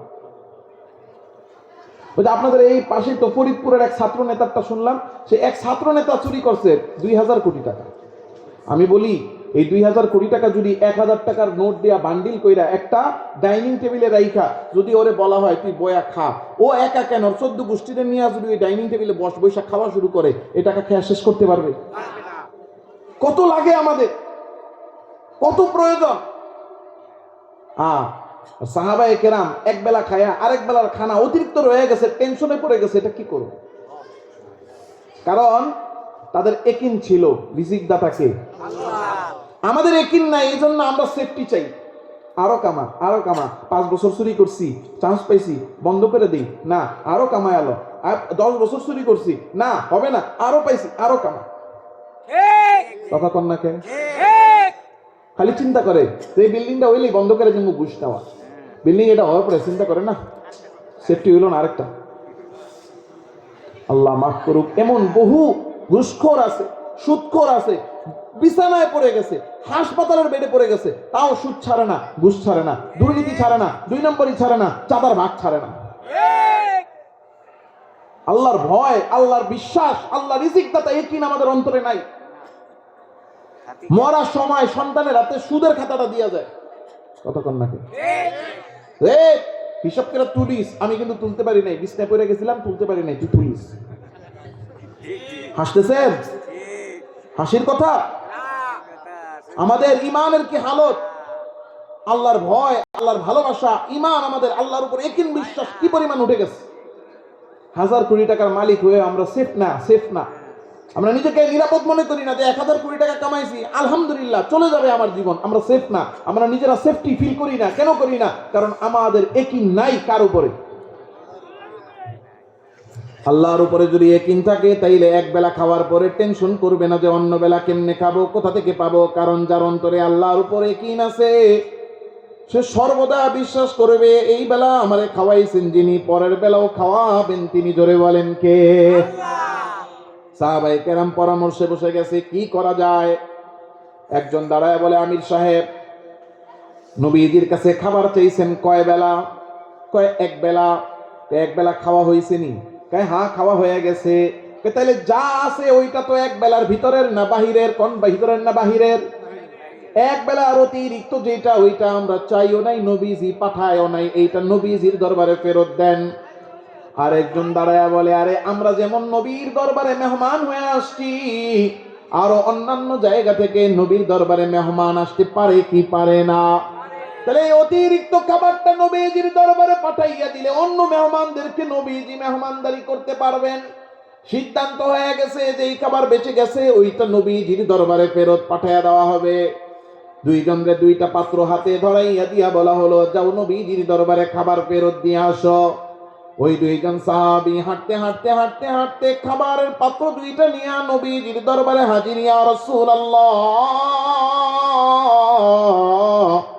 আপনি আমাদের জন্য যে খাবার পাঠাইছিলেন আমরা খাইছি, খাওয়ার পরে যা বেঁচে গেছে ফেরত নিয়ে আসছি। নবীজি বলেন, তোমরা কারা?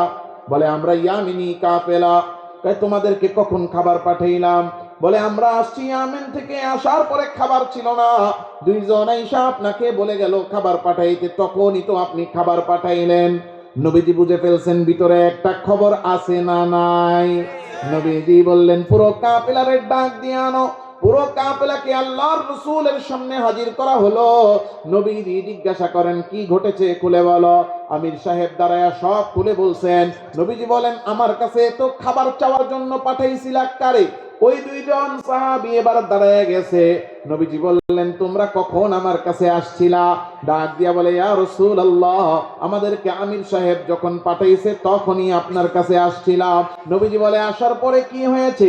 বলে, ইয়া রাসূলুল্লাহ, যখন আমির সাহেব বলল আপনার কাছে আইসা খাবার চাওয়ার জন্য, আমরা আপনার দরজারে আইসা আপনার দরজায় করা নাইরা আপনারে যখন ডাক দিতে যাব, ঠিক ওই সময় ঘরের ভিতর থেকে আমরা আওয়াজ পেলাম আপনি কোরআনে কারীমের সূরাত হুদের 6 নম্বর আয়াত তিলাওয়াত করেন।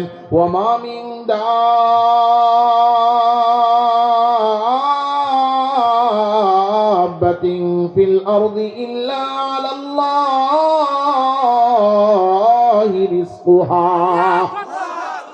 আমরা শুনতে পেলাম আপনি এই আয়াত তিলাওয়াত করলেন।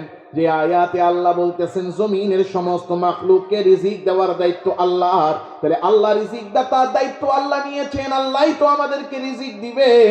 আমরা আপনার কাছে কেন রিজিক চাইব? এই জন্য আপনার কাছে না চাইয়া আল্লাহ রিজিক দিবেন এই একই অন্তরের মধ্যে নিয়া আমরা আল্লাহ তাআলার উপর ভরসা কইরা আপনার দরজা থেকে ফেরত চলে গেছি। এরপরেই তো মদিনার ভিতর থেকে দুইজন খাবার নিয়ে আসছে, একে আমাদের জন্য মদিনা থেকে খাবার পাঠাবে আপনি সারা, এই জন্য আমরা ভেবেছি আপনি তো খাবার পাঠাইছেন। নবীজি ডাক দিয়া বলেন, ও আমার সাহাবীরা, আরে আমি তোমাদের জন্য খাবার কেমনে পাঠাবো? তোমরা তো আমার কাছে খাবারের কথা বলো নাই, তোমরা আসছো এই কথাই তো আমার জানা নাই, সুতরাং খাবার পাঠানোর তো কোনো প্রশ্নই নাই, উপায়ও নাই। এই খাবার আমি তোমাদের জন্য পাঠাই নাই। তোমরা দুইজন ব্যক্তি আল্লাহ রিজিক দাতা এই কথার উপর ইয়াকিন কইরা আমি নবীর দরজা থেকে ফেরত চলে গেছো। আল্লাহর উপর এই যে তোমাদের ইয়াকিন আর বিশ্বাস, এইটা আমার আল্লাহর কাছে এত পছন্দ হয়েছে যে স্বয়ং আল্লাহ নিজে জান্নাত থেকে ফেরেশতা দিয়া পুরো কাফেলার জন্য খাবার পাঠাইয়া দিছে। বলেন তো এবার ওই রিজিক দাতা আল্লাহ এখনো আছে না নাই?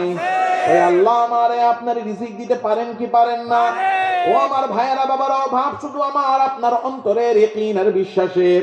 আমি আর আপনি যদি আল্লাহর উপর ইয়াকিন আর বিশ্বাস কইরা চুরি ছাইরা দিতাম, সুদ ছাইরা দিতাম, ঘুষ ছাইরা দিতাম, বাটপারি দুর্নীতি দুই নাম্বারি মানুষকে ঠকানো ছেড়ে দিতাম, কত ভাইরা এই জায়গায় খুঁজলে পাওয়া যাবে বোনের সম্পদ বোনরে বুঝাইয়া দেয় না, বছরের পর বছর যুগের পর যুগ বোনের সম্পদ দখল করে খাচ্ছে।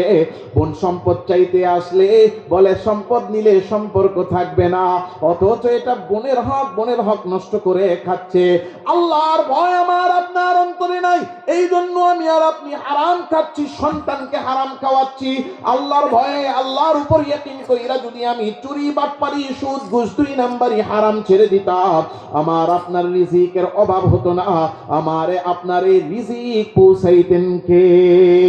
কারণ আল্লাহর রাসূল বলেন, কাতাবাল্লাহু রিজকা বনি আদম ওয়া হায়াতাহু ওয়া মামাতাহু ক্বাবলা 50 আলফ সানাহ।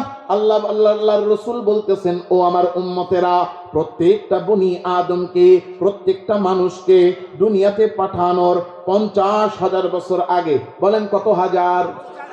50,000 বছর আগে নবীজি হাদিসে বলছেন, প্রত্যেকটা মানুষকে দুনিয়াতে পাঠানোর 50,000 বছর আগে আমার আল্লাহ তার রিজিক, তার হায়াত, তার মৌত লিখেন আগে, লেখার 50,000 বছর পরে তার এই দুনিয়াতে পাঠান।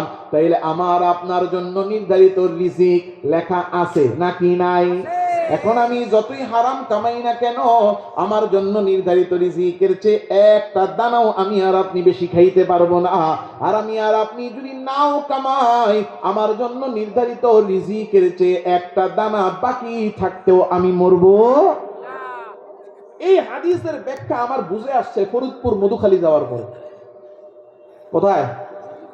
কথা কয় না, নাম শুনছেন নি আপনারা?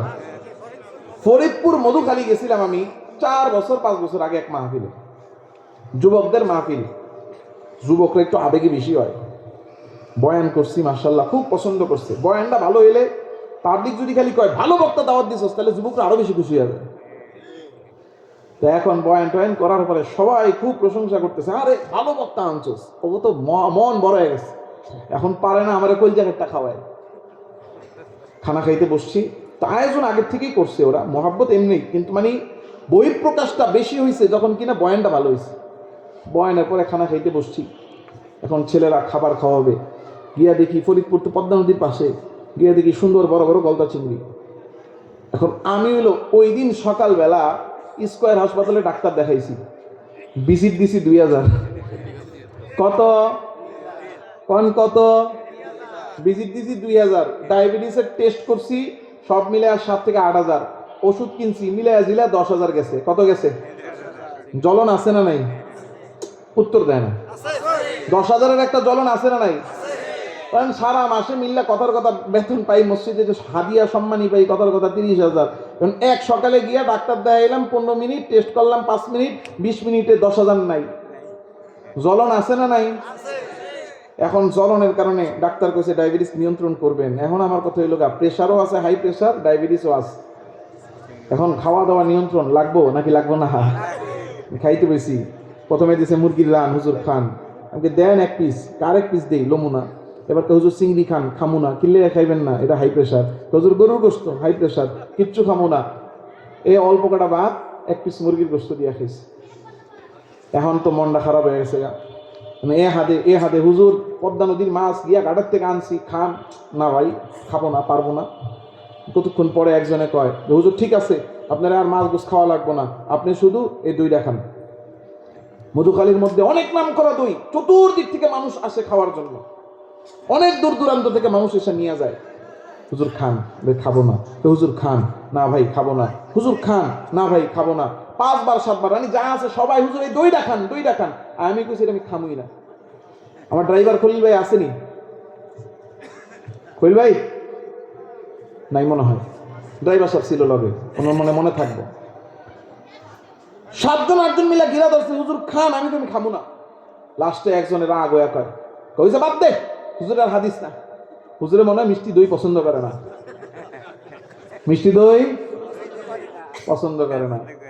রাগ হইয়া কইছে তো আমার আবার মাইন্ডে লেগে গেছে।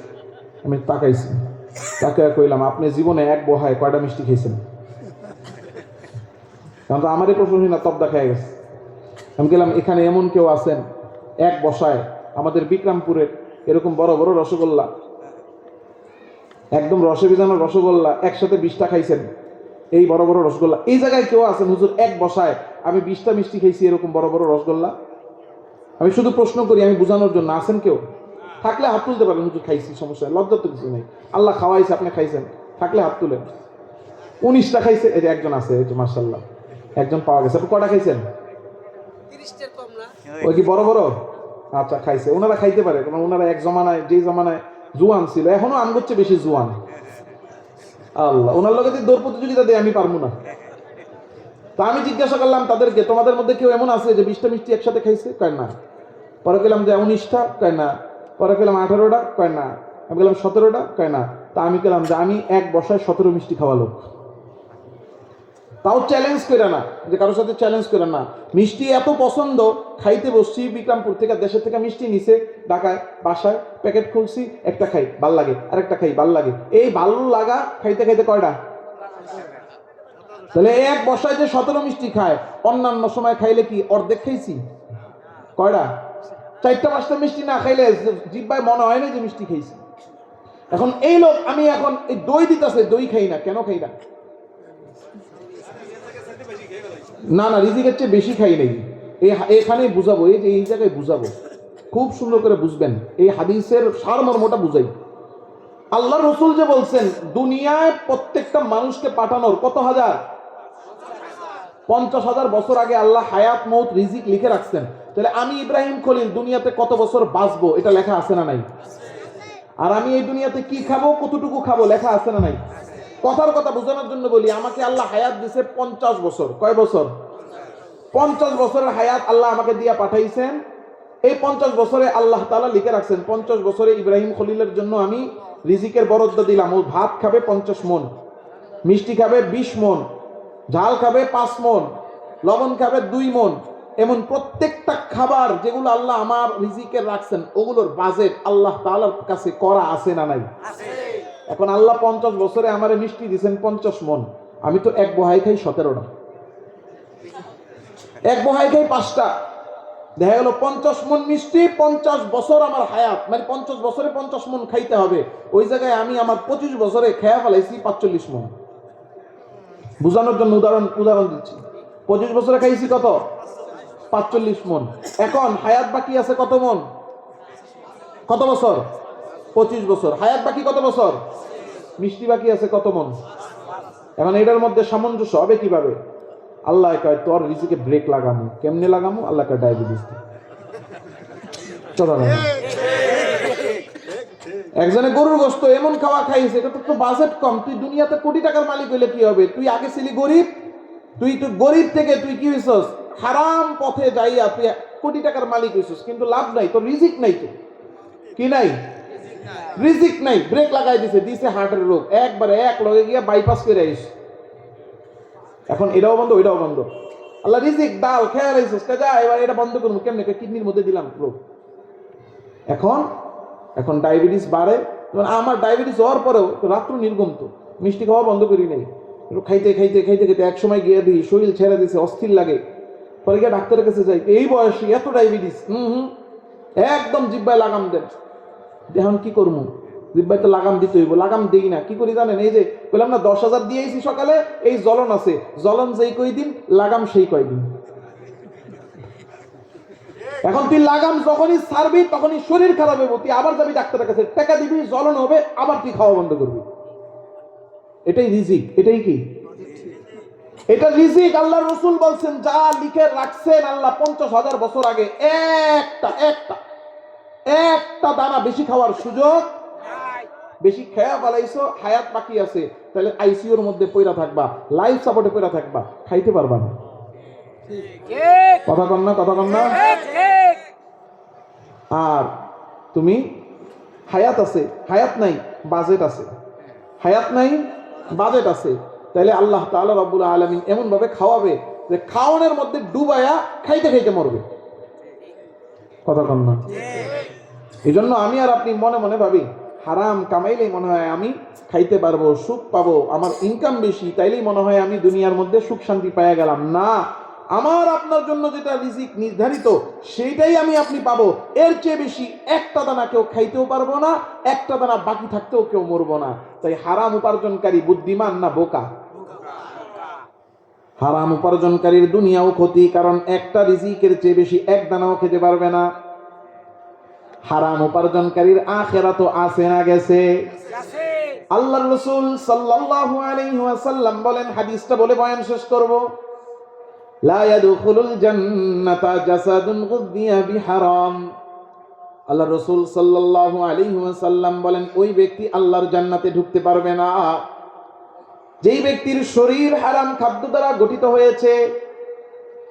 হারাম যেই শরীরের মধ্যে প্রবেশ করেছে সেই শরীর আল্লাহর জান্নাতে ঢুকতে পারবে না।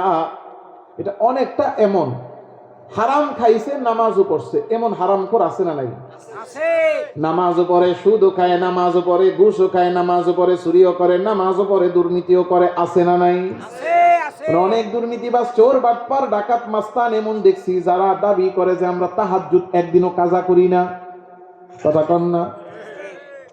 এমন চোর, বাটপার, হারামখোর আছে না নাই? ওই যে একজনে বলছিল, গেছে সরকারি এক অফিসে, সরকারি চাকরিজীবী কেউ থাকলে রাগ করেন না, ভালো মন্দ সব জায়গায় আছে, আমি শুধু উদাহরণ দেওয়ার জন্য বলতেছি। গেছে, যাওয়ার পরে ফাইল পাস করাইতে হবে, উনি বলছে যে না ফাইল পাস হবে, তবে মিষ্টির টাকা লাগবে কিছু। কি লাগবে? এখন পরের দিন আসছে, আইসাই দেখে উনি অফিসের কোনায় যায় নামাজ বিছিয়ে নামাজ পড়তেছে। কি করতেছে? স্যার আমার ফাইলটা আনছেন?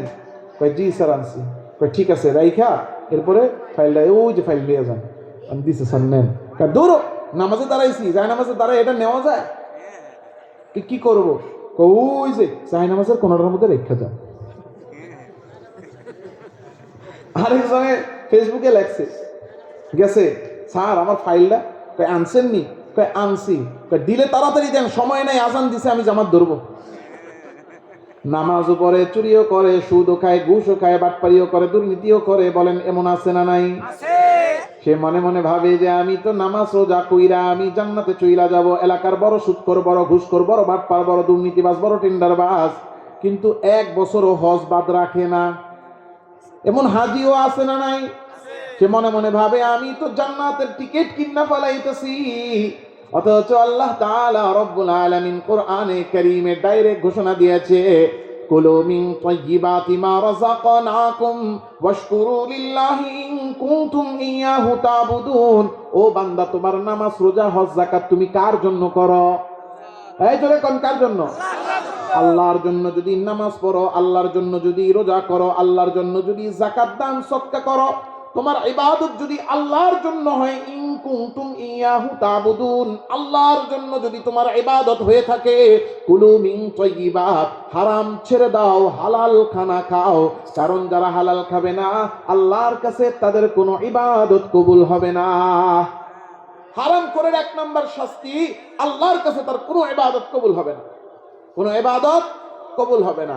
দুই, সে জান্নাতে ঢুকতে পারবে না। নামাজ রোজা হজ যাকাত তো করছে, সে মনে মনে ভাবছে কত ভালো কাজ করছি, আল্লাহ তাআলা রব্বুল আলামিনের কাছে বলবে আল্লাহ আমাকে জান্নাত দেন, জান্নাত বলবে না, তোমার এই শরীর জান্নাতে ঢুকতে পারবে না। কেন পারবে না? কারণ এটা হারাম দ্বারা গঠিত হয়েছে। হারাম জিনিস পাক না নাপাক? হ্যাঁ যেরকম পাক না নাপাক? পায়খানা হালাল না হারাম? হারাম। পাক না নাপাক? তো মদও পাক না নাপাক? শুকর পাক না নাপাক? সুদ পাক না নাপাক? ঘুষ পাক না নাপাক? চান্দাবাজি, ধান্দাবাজি, টেন্ডারবাজি যেগুলো জুলুম করে ইনকাম করছে, পাক না নাপাক? এই হারাম গুলো নাপাক। হারাম খায়া হারাম কামায়া শরীরের মধ্যে ঢুকেয়া তুমি নাপাক শরীর নিয়ে আসছো। আল্লাহর জান্নাত পাক আর পবিত্র, পাক পবিত্র জান্নাতে নাপাক শরীরের কোনো স্থান। তাহলে হারাম খোর নিজেরা মনে করে আমি বুদ্ধিমান, আমি অনেক কামাইতেছি, কিন্তু না, আল্লাহ তাআলা রব্বুল আলামিনের নজরে এর চেয়ে বড় বলদ, এর চেয়ে বড় কপাল পরা আল্লাহর জমিনে আরেকজনও। কারণ আমি বলদ না কেন, দেখেন আমি হারাম উপার্জন করে রিজিক বাড়াইতে পারতেছি, কথা বলেন, রিজিকও বাড়াইতে পারতেছি না, আখিরাতে খোয়াইতেছি। আচ্ছা ভালো কথা, শাস্তিটা একটু কম হইব, কেমনে হইব? বুঝছেন, আমার এই প্রশ্ন উত্তর দিয়েন। আমার শাস্তিটা কম হইব, কেমনে হইব? আমি তো আমার বাবার জন্য চুরি করছি এই উদ্দেশ্যে, চুরি করে বাপরে নিয়ে খামো। আমি আমার ভাইয়ের জন্য চুরি করছি, চুরি করে আমার ভাইরে আমি ভালো রাখবো। আমার বউয়ের জন্য আমি চুরি করছি, চুরি করে বউরে ভালো জামা কাপড় দিমু, ভালো জীবন দিমু। সন্তানের ভবিষ্যতের জন্য চুরি, বাটপারি, দুর্নীতি, 2 নাম্বারই সুদ ঘুষ করছি। তো এখন কিয়ামতের ময়দানে এরা তো আর কেউ করে নাই, করছি আমি। আমার এই অপরাধটা ভাগযোগ করে 6 জনে নিয়ে গেলে আমার শাস্তি কমে যাবে। কেউ নিবে? চুরি করেন, সুদ খান, ঘুষ খান, বাটপারি করেন, দুর্নীতি করেন, 2 নাম্বারই করেন, আজকে রাত্রে গিয়া শুধু বিবিরে বলবেন আমি জীবনে যত চুরি করছি এর 1 ভাগ তুমি নিও। নিবে? তাহলে আমি করি কার জন্য? আমার চেয়ে বড় বলদ এই দুনিয়াতে আছে। তাহলে হারাম খাবো না হালাল? নিয়ত করি হারাম উপার্জন করব না, হারাম খাবো না, হালাল উপার্জন করব, হালাল খাবো। রাজি আছি ইনশাআল্লাহ? কে কে আছে ইনশাআল্লাহ? আল্লাহ আল্লাহ আপনি আমাদের জোরে কর, আমাদের সবাইকে হারাম থেকে বাঁচার তৌফিক দেন, হালালের পথে চলার তৌফিক দেন, আমাদের হালাল রিজিকে বরকত দেন, আমিন। ওয়া আখিরু দাওয়ানা আনিল হামদুলিল্লাহি রাব্বিল আলামিন। দোয়া করব নাকি আরো কোনো কিছু আছে? আলহামদুলিল্লাহ।